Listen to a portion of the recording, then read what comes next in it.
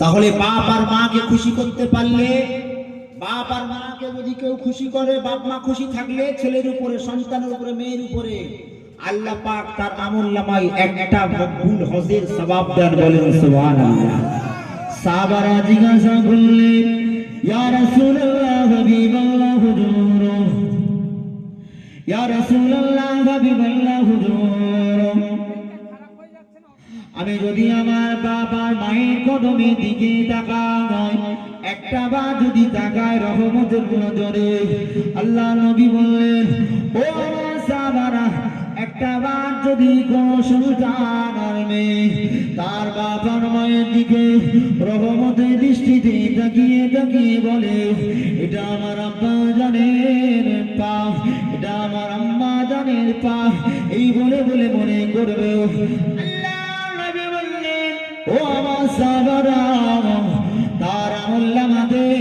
ওই সন্তান ছেলে মেয়ের আমলনামাতে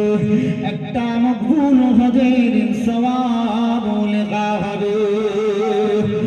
ও ভাইরা, আল্লাহ নবী সাহাবারা বললেন, ইয়া রাসূলুল্লাহ হাবিবাল্লাহ হুজুর, যদি কোন সন্তান, যদি কোন মেয়ে ছেলে তার বাবা মায়ের কদমের দিকে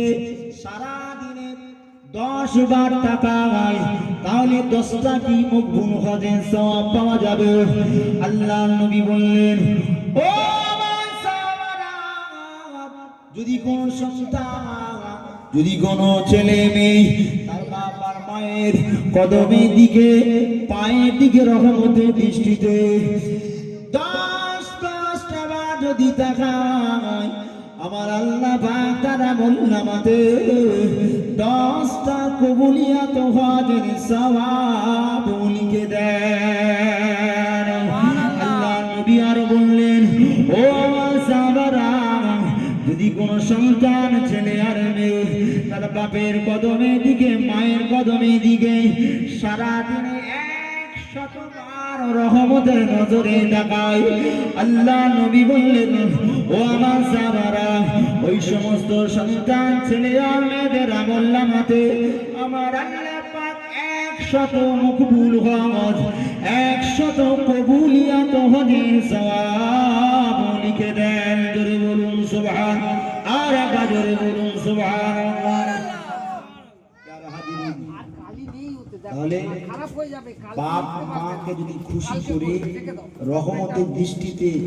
বাপ আর মায়ের কদমের দিকে তাকিয়ে যদি একবার মনে করেন, এটা আমার আহারে, এটা আমার আব্বার পা, এটা আমার মায়ের পা, এইভাবে মনে করলে বাপ মা যদি খুশি থাকে তোমার উপরে, তাহলে রাসূল বলেছেন 100 বার যদি তাকায় 100টা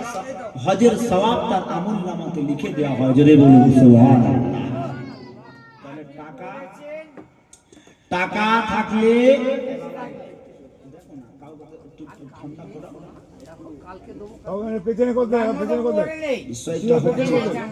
এখন